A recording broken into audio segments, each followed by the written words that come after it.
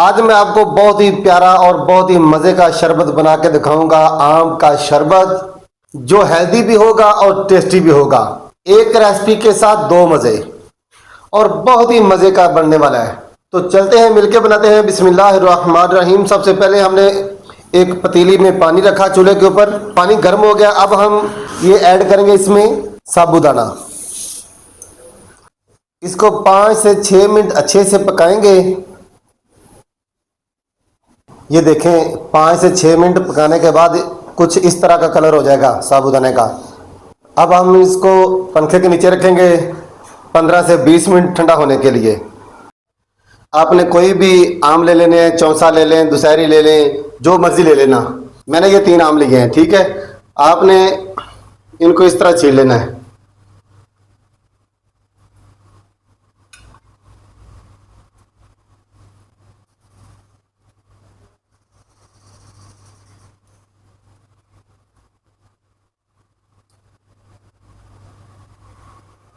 ये देखें इस तरह आपने भी आम छील लेने हैं।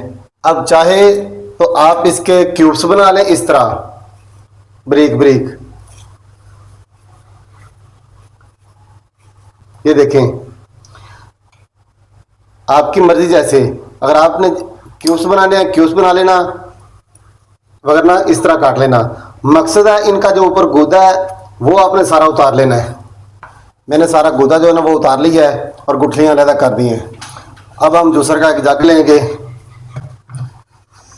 और ये इसमें डाल देंगे।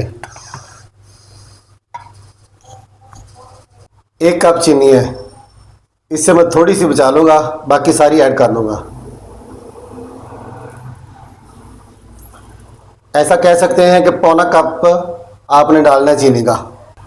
अब हम इसमें दूध ऐड करेंगे। ये डिब्बा ½ kg का है। आप ऐसा समझ लें कि मैंने 1 पाव डाल दिया इसमें।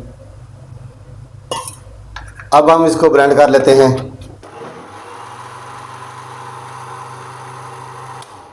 अब मैंने ये पतीला लिया है, इसमें हम ऐड कर देंगे जो हमने जूस बनाया है।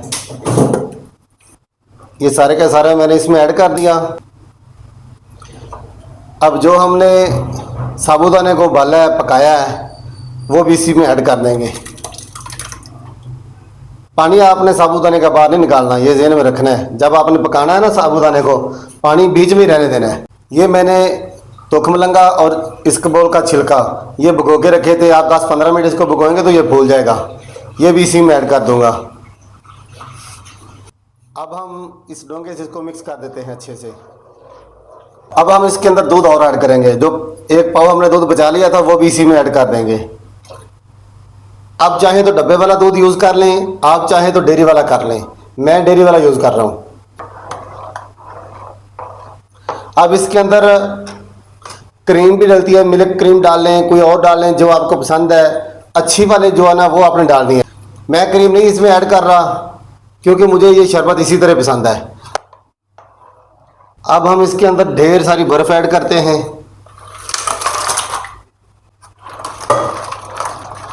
साबूदाने के बहुत ज़्यादा फ़ायदे हैं।